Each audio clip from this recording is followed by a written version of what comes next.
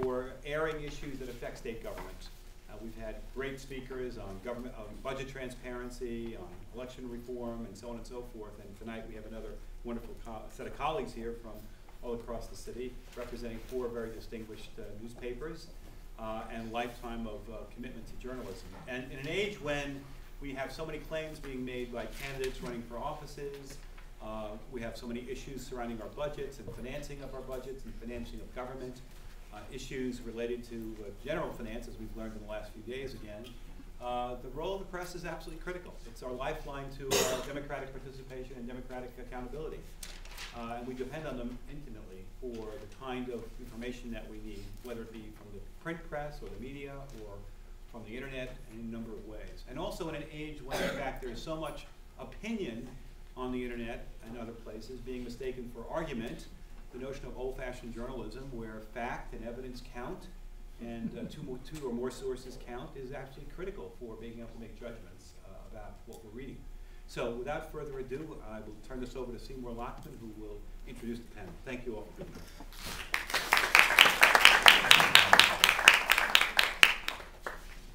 Thank you very much, President Garassi.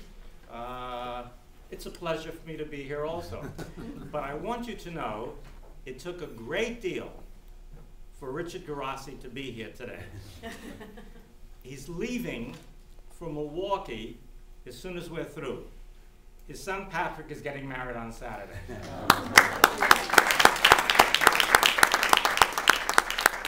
Richard, congratulations, and as they say in Burgundy part of France, Mazel tov. One of my old neighborhood Okay, there are a couple of people who will be coming in and out that I'm going to be introducing before I introduce the moderator of the panel. First of all, this is the 2nd annual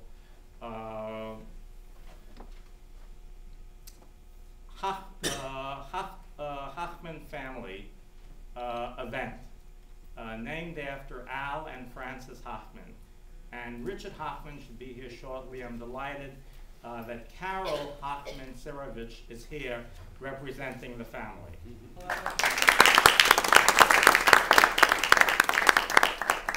And after editing, and with the approval of the panelists, you will have a 2nd monograph in memory of your parents. She will be here shortly, a wonderful lady, Helene Berg. Helene Berg is the widow of Jerry Berg, the Honorable Jerome Berg, who was a member of the board of, Helene. No, it's quite all right, please. Helene Berg stands on her own 2 feet on top of any stadium. She is also the widow of Jerome Berg, the Honorable Jerome Berg, who was the chairman, leading member of the CUNY Board of Trustees, an active civic leader in Staten Island, and the major contributor to the Carey Center for Reforming Government. Without Helene and without Jerry Berg, we would not be able to have the Carey Center today. And let me say that all of our monographs will now be reading in memory of the Honorable Jerome Berg and in honor of Helene Berg. Helene, thank you very, very much for coming.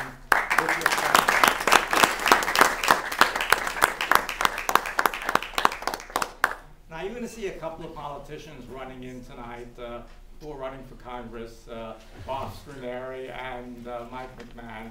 But there's one guy, there's one person who I've known for quite a while who is outstanding in many ways, in law, and as well as being a human being who really relates to issues and topics like this. And he stays for the whole program. The District Attorney of Staten Island, the Honorable Dan Donovan. Dan Warren.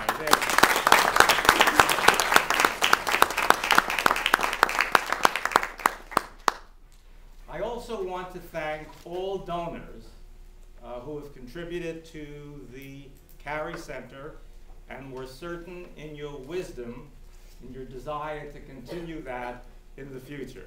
So I thank each and every one of you. Now, another job, oh, one other person is here. Man of the cloth, who I met 20 years ago, when he was the predecessor to Cardinal Egan, or the successor to Cardinal Egan, as Neither. I worked for him. Well, you were the vicar for no, you worked for Cardinal O'Connor. You were the vicar for education of the Roman Catholic Archdiocese of New York, and Monsignor Thomas Bergen is today the pastor of St. Charles on the Island. Tom, will you just stand over? So as you see, we're quite eclectic. Now, I'm just going to introduce Gene, and then he will introduce the panelists, and we'll get on with it. And there'll be a 15 to 20-minute question and answer period at the end of the session. I mean, these are outstanding panelists from the New York Daily News, the Village Voice, the Staten Island Advance, and formerly of the New York Times, who was an editor in an Ohio paper, I believe, at one time. So let me get into, how do you introduce someone who you've known for 35 years, you said, Gene? Something like that. Okay. Who is now an elected official in New Jersey. He's elected to a school board. And he's also presently the senior fellow and was the director of the Hechinger Institute at TC of Columbia University. And he was a senior fellow at the Carnegie Foundation, and he was also, for a number of years, 15 years, the national education correspondent of the New York Times, and the editor of the Cleveland Plain Dealer, another metropolis in Ohio, the Cleveland Plain Dealer, and he is the author of over 15 books. I'm not going to mention them. No, please That'll don't. take up the 15-minute question and answer period. And he's authored these books over 30 years. He's also contributed to many other books, and he has published in many, many publications throughout the nation. So and some of them are the New York Times Magazine, and New York Magazine, The Nation, Parade. And I see Richard Hochman has walked in, Carol's brother. Is Brian here? Okay. Oh, Brian Leyline, where are you? Oh, please sit down. We have an editor of the Staten Island Advance, and in the audience we have the editor-in-chief of the Staten Island Advance. He's always a chief in my eyes, Brian Leyline. Without any further ado, I now turn over the meeting to your chair and my chair, Gene Mayroff. I don't really know whether or not it's propitious, but we're sitting here under the periodic table. I can't think of what that symbolizes, but we have chemistry keeping an eye on us. It's my first time on this beautiful campus. I've been at campuses all over the country, and I really enjoyed visiting this campus today. And you have this wonderful view from here. It's just great. So that was a bonus to be able to come here and see the view from this campus.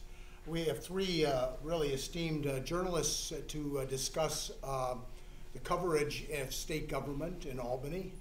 And I can't really give as much time as I'd like to because we won't have any time left to have our discussion. But briefly, Bill Hammond next to me covers state government for the Daily News in New York, where he is a columnist and editorial writer, and he's based in Albany.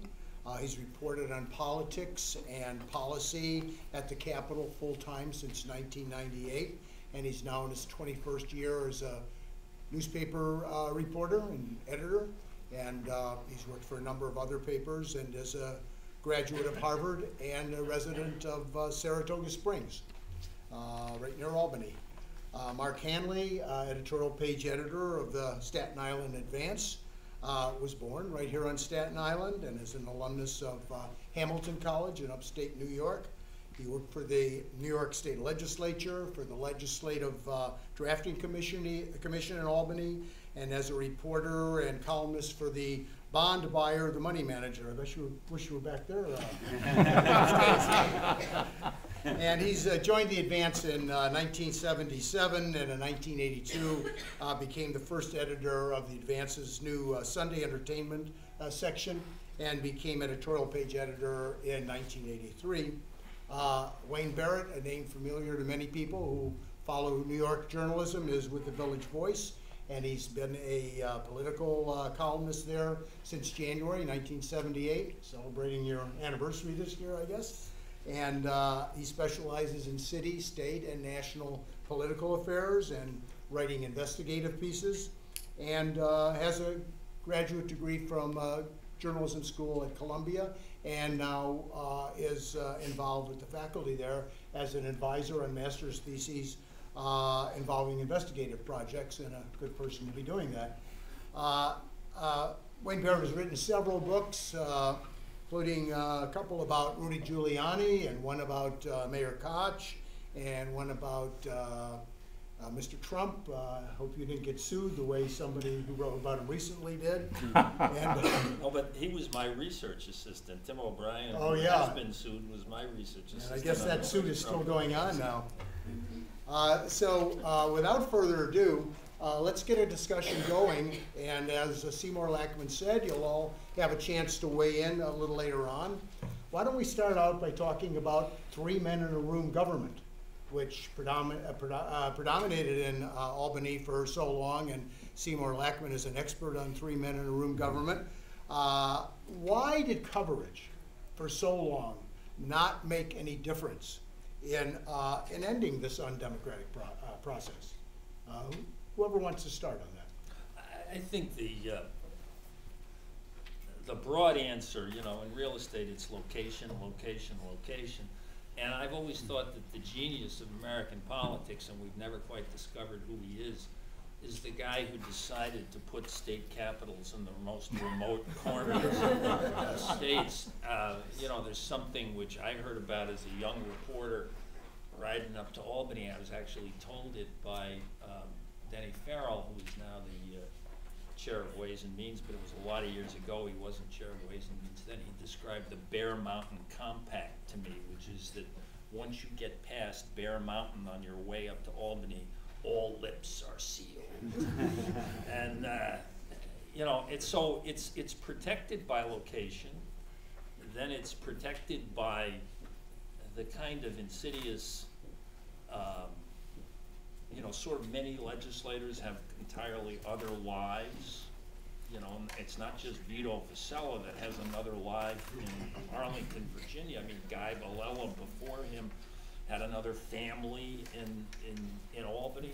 And so there's this kind of understanding that the secret life of Albany, at least in some respects, will remain secret. But then we had, you know, Adam Nagurney, who was a Times reporter now on the national scene, but was once both at the Daily News and at the Times. I think he was the Daily News's bureau chief up in Albany, never the Times's, but he wrote a piece in, I think, the second year of George Pataki's 12 years in the Times Magazine called Bland Ambition. And in 2 words, you know, he kind of captured why nobody wanted to cover this man.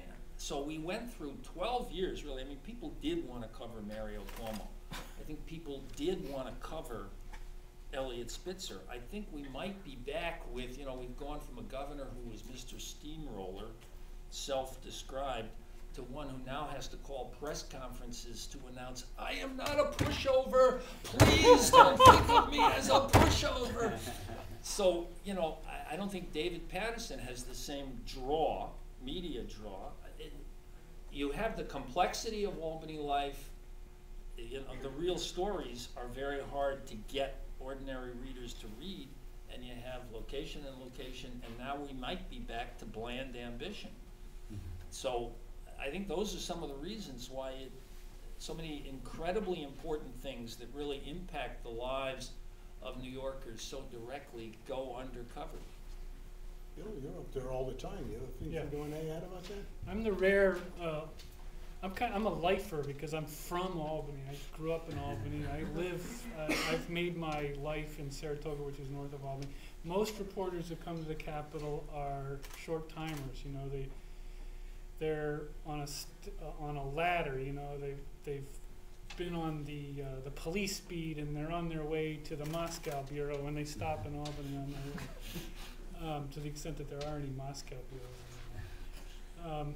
But I would like to second what Wayne just said. It's partly a matter of location. I think also there's an obstacle in terms of the subject matter. It's so much less. It doesn't have the star power of what's going on in Washington, where you're talking about going to war and these huge national issues, and you have all the major media have bureaus in Albany. They have full-time correspondents at the White House. And it doesn't have the immediacy of city government, especially in New York City, which is the biggest media market of the state, where the city's in charge of stopping crime and picking up your garbage, and it's there right in your face, and you have these really famous people running city government. State government's sort of in between. It's I really doubt any of you could, if you live in New York City, how many of you could name your state assemblyman or state senator? In fact, a lot of people don't know that the lower house is called the assembly. And then what state government does is kind of, for a lot of people, it's kind of vague, because they don't actually run the schools, but they pay for the schools, and they don't actually. They don't administer Medicaid, but they pay for Medicaid. They do all these really big, expensive things. They handle, literally $120 billion, but they don't do a whole lot, especially in the city where everything's handled by the city government. So I think all those things combine to push it off the front page, except when somebody's caught in a prostitution scandal, and also to push it out of the consciousness of average New Yorkers, except when they have to go and vote. I agree with both my colleagues. Obviously, Albany is a company town and remote from the big media attention that it should get. And my worry is that newspapers around the state, medium size, are closing their Albany bureaus and pulling their people out of there. That's a calculated business decision. I worry that there is not enough interest in state government so the public's lack of interest drives the lack of coverage, and that's been a problem, and I think it's gotten worse for a variety of reasons in the last 12 years. Mm-hmm. Well, would wheeling and dealing and corruption and lethargy be any less if state government got more coverage? Look how many reporters are based in Washington, and the degree of wrongdoing and questionable lobbying that continues to occur. Nonetheless, even in the midst of all of those journalists, Mark Hanley points out, we had some contact before this session, and Mark Hanley points out that real reform in Albany would require a massive shift in attitude on the part of the public. Could a different kind of reporting bring about that massive shift? In this climate where sex sells and facts don't matter less and less to people, and they're more concerned with their niche interests and not as good citizens should be in government. I don't know. I wonder. I don't know if that's possible. I think it's theoretically possible that if Eliot Spitzer had unzipped his pants in Albany, no one would have reported it. He went to D.C. I don't know if when I talked about bland ambition, did I mention, I think I dropped the fact that it was a profile of George Pataki. Did I say that? I thought I left that out. But, the most important story in New York right now may be that sometime in around 2001 and 2002, the Senate decided in the redistricting after the 2000 census to expand itself to 62 members. And, it seems to me, if I was a betting man, I would bet that we're going to have a deadlocked Senate at the end of this election cycle, 31 versus 31, and no one knows what's going to happen. No one knows how you break that deadlock. No one knows what's going to happen, and it's a consequence of this decision that I don't know if any newspaper wrote a freestanding story about at the time that it was done. A story just about why did the Senate decide to go from a 61-member body to a 62-member body, and it is now going to be maybe the most important decision that's been made in state politics at a governmental level. It could have enormous ramifications for state government, and it just happens and no one notices. And so there's these incredibly powerful stories. You know, Mike Bloomberg, if he's done one thing, he's brought home to New York City residents who read newspapers at least, that he can't make a decision without Albany okaying it. I mean, you know, the cameras that they have for stoplights, right? I think Bill's written about this, the cameras that they have for stoplights. It's greatly limited how many stoplights can have these cameras on them. It produces enormous revenue. It's a legitimate law enforcement tool. And one assemblyman, I think, has stopped any further expansion of cameras on stoplights. And, you know, the mayor of the city of New York can't put a camera on a stoplight unless Albany says he can. And so it's such an powerful influence on our lives, how it is that the media can't break through to people and show people just how important this is in everyday life of New Yorkers. It's our own failing in many respects, but they're complex matters.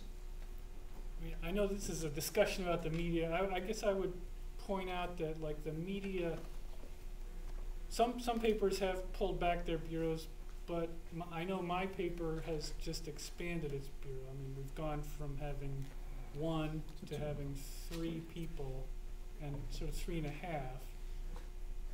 in the course of the last 3 years. And so we're sort of investing in, we think there's stuff to write about up there. We think we can make it interesting to people.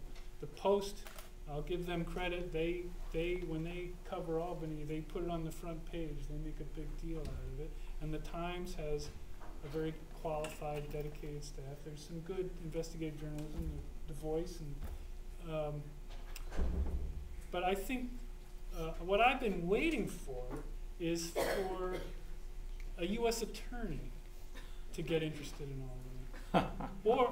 And it doesn't have to be a U.S. attorney. It could be an enterprising politician, a leader of some vision and some integrity. We thought we had that in Eliot Spitzer. He was going to bring passion back to Albany. I mean, that really hit home. I prefer passion, but and we might have the U.S. attorney in Michael Garcia, because he's, as I just wrote about, he's knocked off just about one politician every 8 or 9 months since he's been U.S. attorney. But I think even more constructively, I think he's about to leave.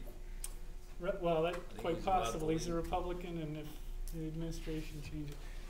But another key is to find a politician who can explain the nexus between the stuff that goes on in Albany, the stuff like the red light cameras, and your everyday life for the average voter. Tom Swazi actually did that. I don't know if people know who Tom Swazi is. He's the executive of Nassau County. He, kind of embarrassed himself in the primary against Eliot Spitzer because he lost by such a huge margin. But before he did that, he ran the statewide campaign. He called it Fix Albany, but it was very narrowly focused on pointing out that Albany is the one that's driving property taxes, and explaining how that works, and encouraging people to vote for lower property taxes, basically. And then he gave them kind of a guidepost, here's the guy you should vote for, here's the guy you shouldn't go in a few key races. And he ended up having a pretty huge impact. After his campaign, the legislature reacted. They started trying to curtail Medicaid spending, which is driving property taxes. So I guess the point of what I'm saying is that if the media could do more, but it seems to me that if we had elected leaders who were able to bring to life why you should care about Albany, that would be a big help to the media. I want to follow up on something that Wayne said, and also in our interchange before this meeting today, you brought out to me that you thought the next big change in Albany may be coming in the shift of the composition of the Senate. I would presume from Republican to Democratic control, but maybe as dramatic as a tie, as you say, is a possibility. But should the media be doing more to analyze this possibility and to point out the implications to people? Is anybody writing about what it would mean if there would be a draw or a shift from Republican to Democrat in the state Senate? These articles being done?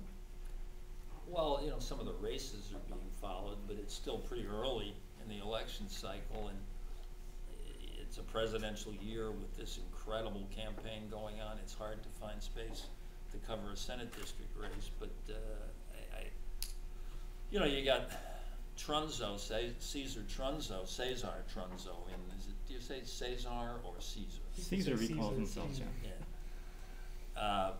You know, he's 82 years old out on the island, you know, and he's the invisible man of Albany.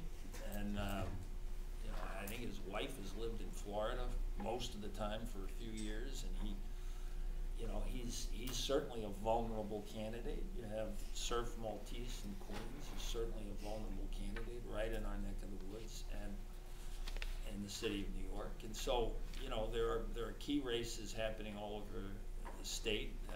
There's an awful lot of stuff happening upstate in Erie County and in Rochester, where Democrats are making moves. So it looks like it could be a significant Democratic year in the state. I certainly think, you know, the Republicans have controlled the Senate since 1966. And even then, the Democrats only controlled it for a single session, and it was 30 or 40 years before that the Republicans controlled it. So we are really talking about an extraordinary change if it happens, and it's particularly significant politically that if it happens now, then this will be the Senate that draws the lines in the future, and then, you know, we're going to have, then probably they can draw lines that will guarantee a Democratic Senate deep into the future. I mean, that was thought before, you know, that,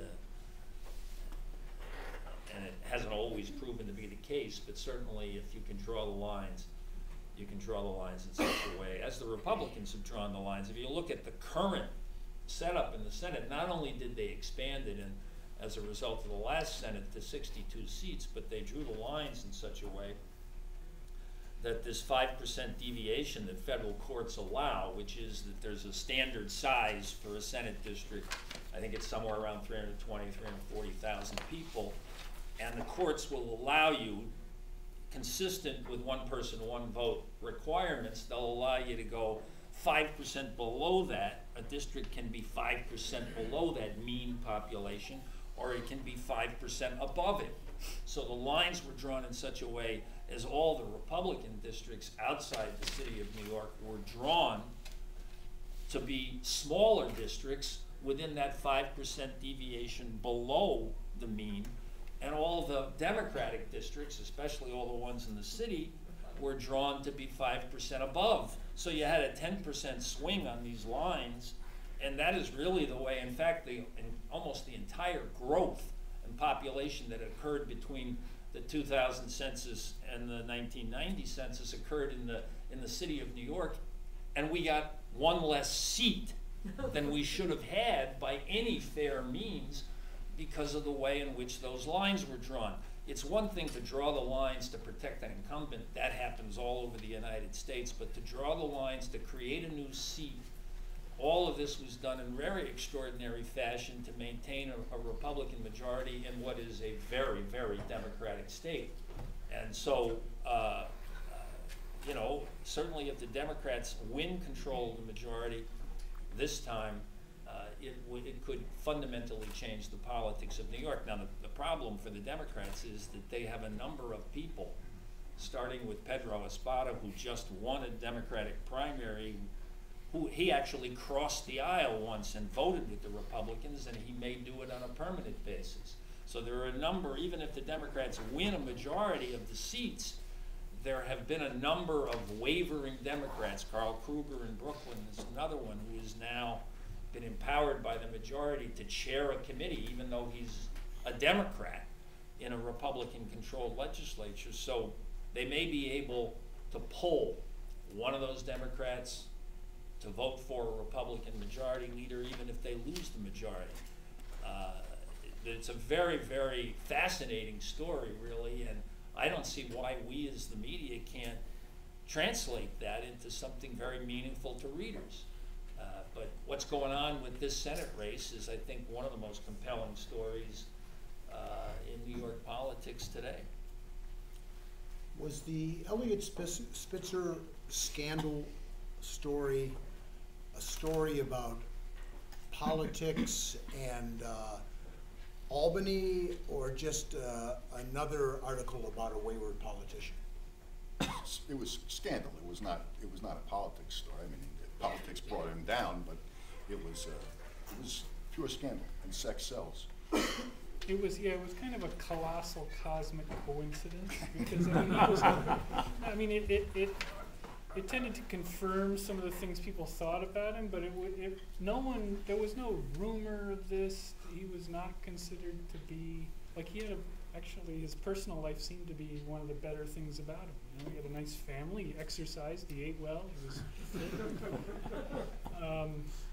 but so I say it's a coincidence because it reinforced all of the personality flaws that had weakened him really terribly, to the point where he had almost no influence in the legislature anymore. Everybody hated him or disliked him on a personal level, including his fellow Democrats. He was dead in the water. And so in a way, that scandal, looking back on it with a little bit of the distance, you know, and the cooling of all the passions, it sort of did everybody a favor, because, you know, now we have a governor who actually can get things done. And for a while there, we weren't sure how he was going to work out, but he seems to be finding his feet. But are the media giving the current governor a free pass in the wake of that scandal and the turmoil? I don't perceive it that way. I mean, I think when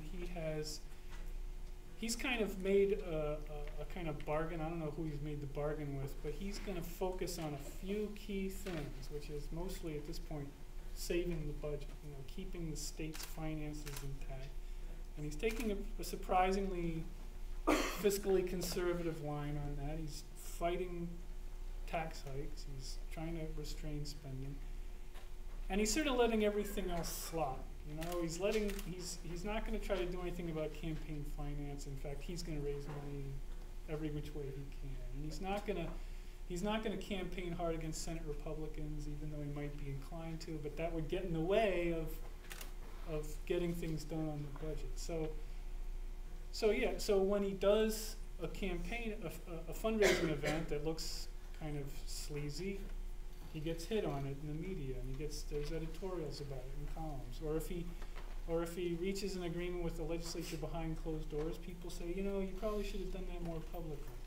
But so I mean, he's not getting a free ride, but I think he's building up a sense of respect within the media. I think he's done everything right from a good government point of view, and he's got the right priorities, and I think most of the people who pay attention in the media respect it. So he is being scrutinized by the media. Yeah, I believe so. Well, you know, Bill and I were on a panel at the New School about 5 or 6 days before Spitzer's hijinks were exposed, and I don't know if you remember, but that was shortly after. His downfall occurred very shortly after perhaps his greatest triumph as governor, which was electing a Democratic state senator in an upstate district that the Republicans had controlled since 1884, in a special election, the new Senator Obertine up along near the border, and in that district, it was an enormous victory for him, and it brought the Democrats within 1 seat of controlling the Senate. There were all kinds of things happening where the undercurrent was that one of the Republican senators might be induced to walk across the aisle, or as another one had, take a state job and create a vacancy that the Democrats could win a seat. There was an awful lot of movement going on where it looked like they weren't even going to have to wait to the next election for the Democrats to take majority. At that time, if you had a 31-31 deadlock, the lieutenant governor would break the deadlock. The difference now is we don't have a lieutenant governor, so there's nobody to break the deadlock. But and then David Patterson was lieutenant governor, and he would have cast the decisive vote. So in any event, Bill and I are on this panel, and I said many things that were very supportive of Governor Spitzer. I still feel many things that are very supportive of Governor Spitzer.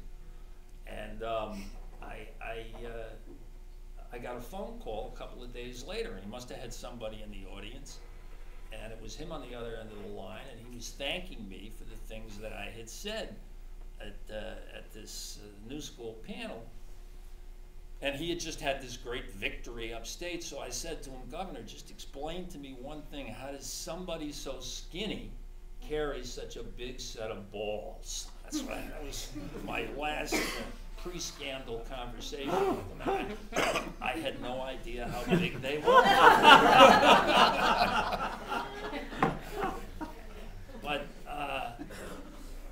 you know, my feeling about the coverage of David Patterson is I don't understand, and I'm particularly focused on the New York Times on it, okay, which is obviously, you know, it goes without saying, it's the greatest paper in the world, okay? But I think the Times' coverage of Spitzer, if you were to stack it, Spitzer could do nothing right as far as the New York Times was concerned. I'm not talking about the editorial page. The editorial page took a starkly different point of view about Spitzer than the reporters that were operating the Times Bureau. And now Patterson can do no wrong.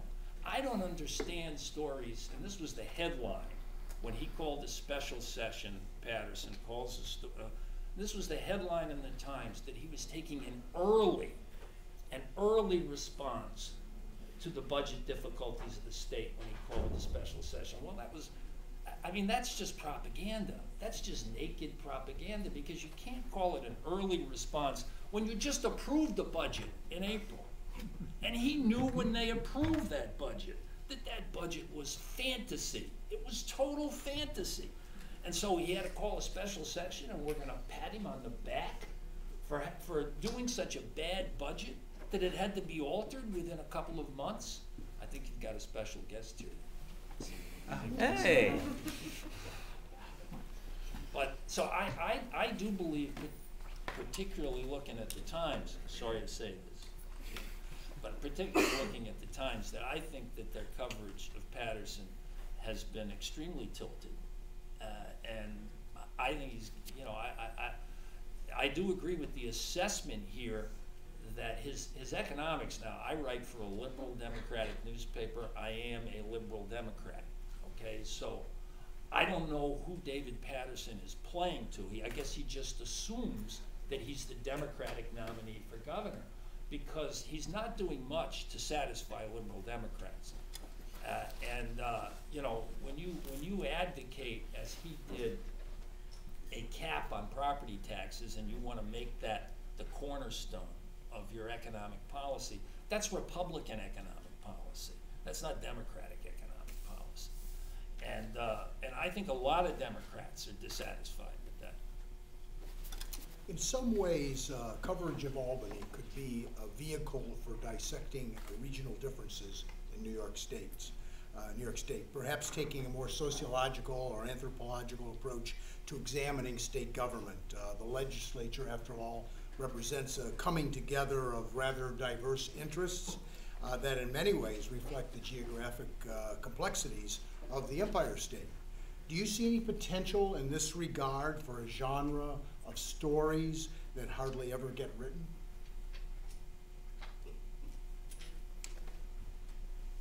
I guess I'm not sure I understand the question. It is true, as somebody who used to work for, I live upstate and I used to work for an upstate paper, writing about Albany for a New York City paper is like covering a completely different world, because, you know, the MTA really makes a big deal down here. It means absolutely nothing up north. You know, there's any number of issues like that. Another thing that's different sociologically is that an assemblyman or a state senator upstate is actually, he's at the top of the pecking order. You know, cities and counties are all much smaller than assembly districts and senate districts. In the city, it's just the opposite. I think city councilmen represent more people than a state assemblyman. And certainly the mayor, you know, there's like, I don't know, 60, 70 members of the city delegation, and the mayor represents all of those people in one person. So there's the pecking order's turned upside down. Even the salaries of city councilmen are higher than the salaries of most members of the legislature.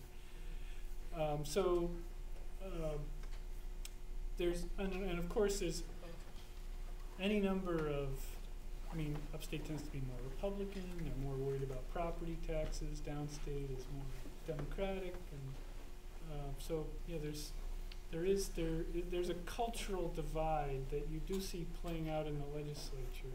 And a lot of times I think the way legislators handle it is if there's an issue that affects New York City, the member from Buffalo will just vote the way his colleagues from New York City vote. They kind of, like on congestion pricing, and that was a big fight. There might have been some upstate people who are willing to vote for congestion pricing, but not if their friend who was from Brooklyn was opposed to it. So that's how they kind of defer to each other on regional questions. Mark, do you have any ideas on that? Because Well, within New York City itself, Staten Island is rather different from the other four boroughs. Well, I think if you have any state of any geographic size, you have dichotomies between different areas and how people think. And New York is no different from California or Illinois or even Florida or Texas in that regard. But it's one of the problems of a legislative context that you're going to have to get consensus out of very divergent views from all over the place. We're going to cover one more area here, and then we'll open this up. As newspapers around the country have fallen on hard economic times, they've tended, and someone, I think Wayne referred to this earlier, or somebody did, they've tended to reduce or entirely eliminate bureaus in their state capitals. This is a national trend. And what impact may this have on state government in Albany and elsewhere? What impact would it have on the future of democracy in the United States if state government gets less and less coverage? We'll get more of the same and worse, because the more they think no one is watching, the more they'll try to get away with what they've been gotten away with and expand on that. And I think it's going to get worse. And this looks like a real danger now, doesn't it? Bill, what do you see? Oh no, yeah, I mean it's like one of the truisms of Albany is that because they feel like they can get away with almost anything because they know that no one's really paying attention. And another way of looking at it is that they respond to the people who they hear from. They don't hear that much from their constituents, except when, you know, a constituent has a complaint about something very specific. What they do hear from are the people who can afford to have a lobbyist in Albany, the people who can afford to organize a phone bank so that they can set up a 1-800 number and say, call this number and tell your legislator to vote yes on this bill. And you call that number, they get your zip code or whatever, and they patch you through to your assemblyman and your senator. That takes money. And that's what we talk about when we talk about the impact of special interests in Albany. They have the money to pay the lobbyists, to do the phone banking, to contribute to the campaigns. The average voter isn't paying attention, isn't speaking out, and so they respond to the squeaky wheels. We almost never get a letter from an ordinary citizen about state government. It's phenomenal. That tells you something right there. Yeah, it sure does. How about any questions? I just would like comments? to, Gene, introduce Sure. two people. One who has been here for several of our events in many capacities. These two individuals are running for the hottest congressional seat in the state of New York, and the so-called Spitzer seat, which could be almost as important as the state senate. And the one who has been here for several events is a city councilman now running for Congress, Honorable Michael McMahon.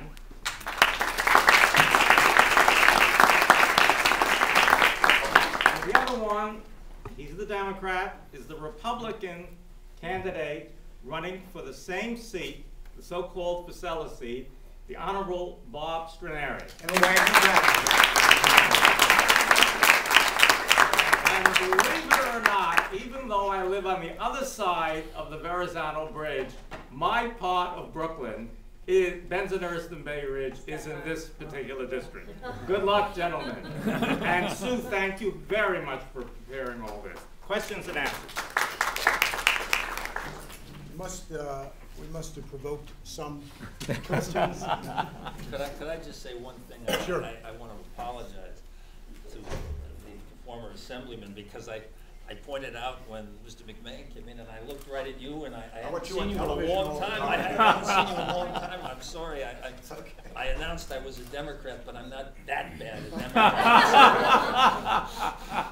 I think I saw a hand, two, Yeah. one, and then two. In the presidential election, the New York Times and even the self-proclaimed best political team on TV has been taking claims made by candidates and putting them in context and then saying what the facts are. I wonder, has there been anything comparable in coverage of state news, state elections? That happens in statewide races. You'll see that when a candidate for, especially for governor, if they run an ad, you'll sometimes see a fact checking on that ad. By and large, it's not going to happen very often in the New York City media for a state legislative race, just because there are so many of them. What I think what the media typically do on legislative races is they pick the 5 or 6 that seem like they're really competitive, where there's a serious challenger, and they'll do a profile of that race. One story, medium to long, and that'll be pretty much it.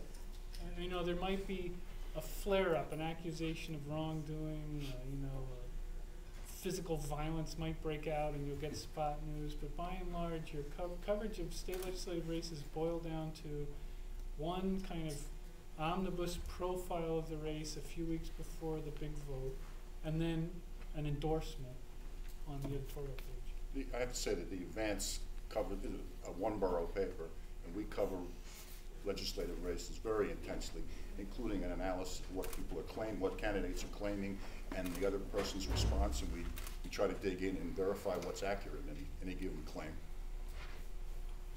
So many legislative and congressional seats are so safe that there isn't really, when it comes down to it, much of a contest.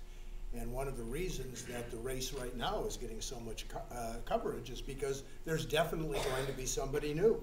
And that is a sure thing, and it brings coverage to it. And this just isn't true in so many races that take place. You had a question, then the person behind you. This is in regards to how politics are covered. While I feel like the coverage is mostly internal and you have a major affair with individuals, there seems to be a lack of coverage from external problems, such as Karl Marx, Emil Durkheim, Max Weber. They all agreed that political structure and social structure was all controlled by a base, an economic base, which is easily noticeable in Manhattan's corporations, even in Albany, everywhere, every state. I think we're well aware of the scandals and such, and the funds that exchange hands internally within state government, national government, and such. However, there seems to be a lack of coverage with these corporations or outside sources that pay, fund, influence state government into doing their bidding. I think we're well aware that it goes on, but there seems to be a severe lack of coverage for it. And I feel like that is the most important thing that we're dealing with here, is that state government is controlled by the economy, as well as national government, city government, however you want to look at it.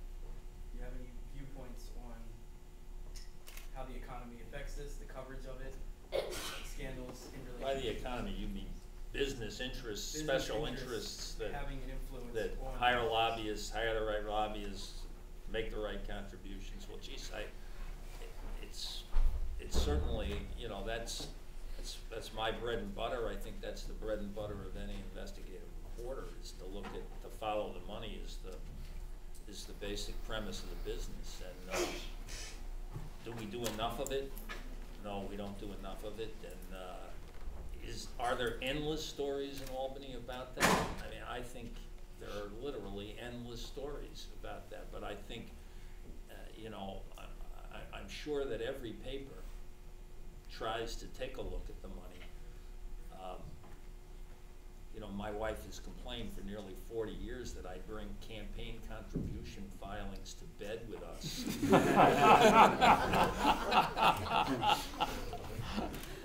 And, but I think they're hot. So I love to read them, and you know, I certainly write many stories about where the money comes from and the consequences of it. But can you ever catch up with the money? No. Can you ever catch up with how many times it's compromised somebody? I don't think so, not in Albany. But do we try? I think we do try, and I think that's true of every paper in town tries to do that. I don't disagree with your premise at all about the influence of business in government, special interests in government.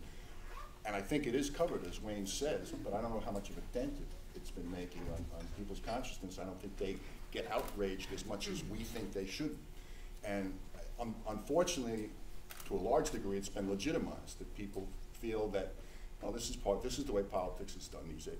Whether they're cynical or jaded, I don't know, but they think that's an accepted part of politics and they can't do anything about it. There's a couple points to make. I mean, New York City, especially, there's neighborhoods in Manhattan that are like the fountainhead of all money in campaigns. And you know, presidential candidates hardly ever campaign in New York, but they all come here to raise money because there's just so much of it.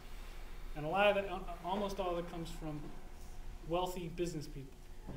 There's a couple of odd things about that, though. Not all the wealthy business people are Republicans. In fact, a lot of them are quite the opposite. And because they're in New York City, they're represented by and large, by Democrats, both in Washington and in Albany. And so their money and their influence doesn't necessarily translate into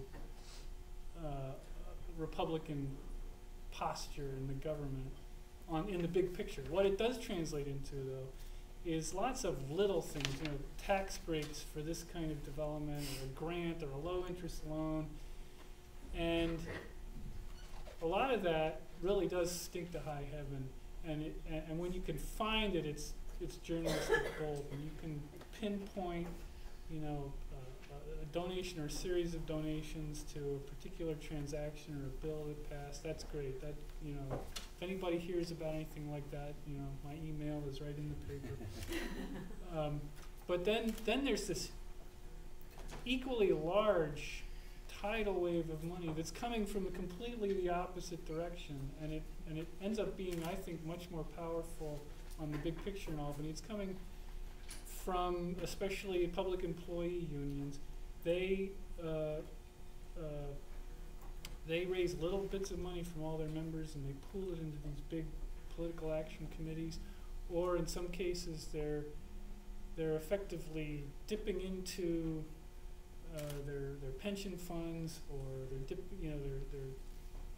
they find these pots of money, and they not only they donate heavily, but they set up these volunteer organizations that do phone banking and canvassing and campaigning, And they end up being ultimately much more influential on decision-making in Albany than the sort of big business plutocrats. A lot of these circumstances are taken for granted by journalists. How many articles can you think of from the last few decades about the many contributions that Freddie Mac and Fannie Mae were making to members of Congress, and the lobbying they were doing with their quasi-public money, and this was all kinds of legislation was passed over these years to respond to what these quasi-government organizations wanted to have passed.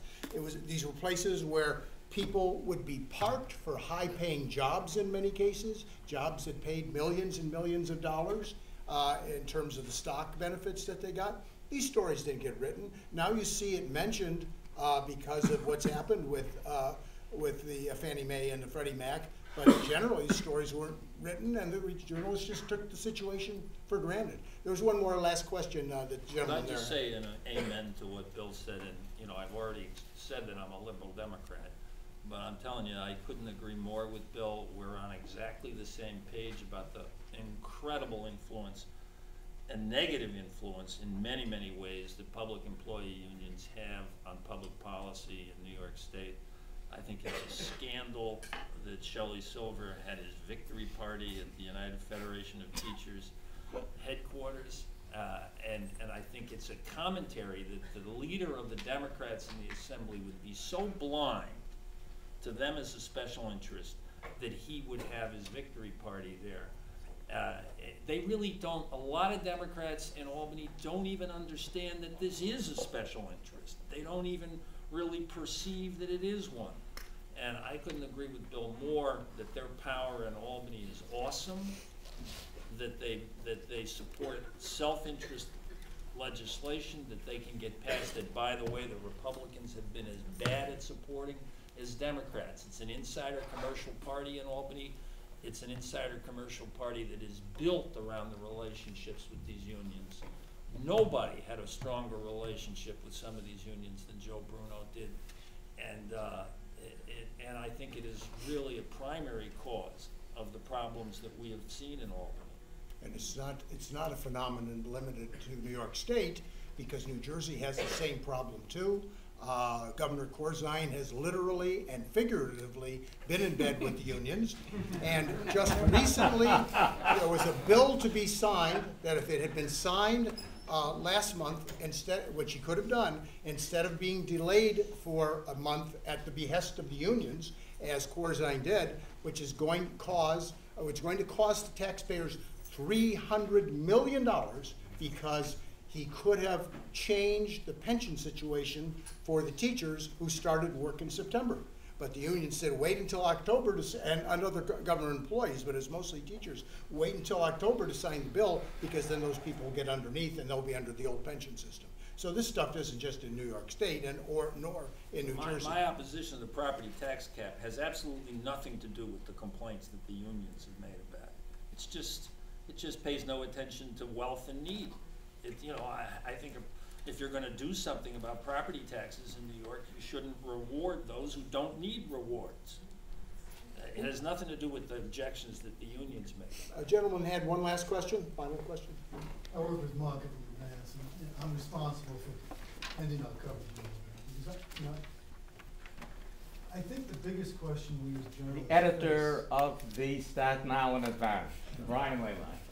I think the question that we as journalists face is really determine why this 3 minimum increase still exists. And one of the reasons why I ended the coverage, our person resigned, and it's economic. And we need to determine where my people are going to make the biggest impact. And for a local newspaper, and I'm sure this is repeated around the state, the biggest impact for me right now is keeping my people home because of this 3 men in the room. And the examples are endless. I can take you back to the late 80s, early 90s with secession right in this community. Now, people scoffed about secession around the state, but it was a real thing. And people took it very seriously. A ton of money was expended on it. My newspaper put enormous resources into it. And the public voted on it. They voted they wanted to pursue secession. And it was killed by Shelley Silver because he wouldn't let it out of committee. Now, we as a newspaper put tremendous resources and had no impact. I think this thing, I think when you brought it up, this camera, the red light camera, that is a travesty. That you cannot put a red light camera anywhere in this community right now. People are dying at intersections. So I think I'm trying to take my resources and operate from my home community and cover Albany that way, and I could use that person to do something else. But if we could get together as journalists around this state and form some kind of a committee or a panel to find out how we can crack this. There was a public school on Staten Island that was doing something wrong. I won't get into the details. But too often, the political people like Mike and Bob know how we operate. We practice hit and run journalism. We hit it, and then we go on to the next thing. So with this public school, I said, we're not going to move off this thing. And I don't care whether every 10 days I have to repeat a story from 10 days ago. I want something in the paper every day. And we did that. We didn't have to repeat anything. But we broke this problem. And that's what you got to do. You got to stay on it and on it and on it. And too often reporters practice hit and run journalism. They get the byline, they get the headline, they get the bounce, and then they leave. Well, they also have to deal with the limited attention span of the news-consuming public as well. You got to be creative in how you report it. Well, you've had two of the best reporters. I mean, Carl Campanelli and Dan Janison were up there for you for years. I don't know who you have now. I'm not in any way denigrating. I mean, I heard you say that you pulled somebody. Yeah, Carl Campanelli was the secession guy. You couldn't get a better guy in secession than Carl Campanelli. He was my intern many years ago, my intern. And I just think, you know, Staten Island, when you talk to Democrats in the Assembly who are so frustrated by the leadership in the Assembly, the marginals decide everything in the Assembly. I think that that's somewhat true, less true, but somewhat true on the Republican Senate. But the marginal seats, now this is as crazy as it can get, because I don't know what the number is anymore. Bill, what is it? 104 Democrats, 106 Democrats? How many Democrats? Yeah, they're down to 43 Republicans. Yeah, it's 100. So it's 107 Democrats, right?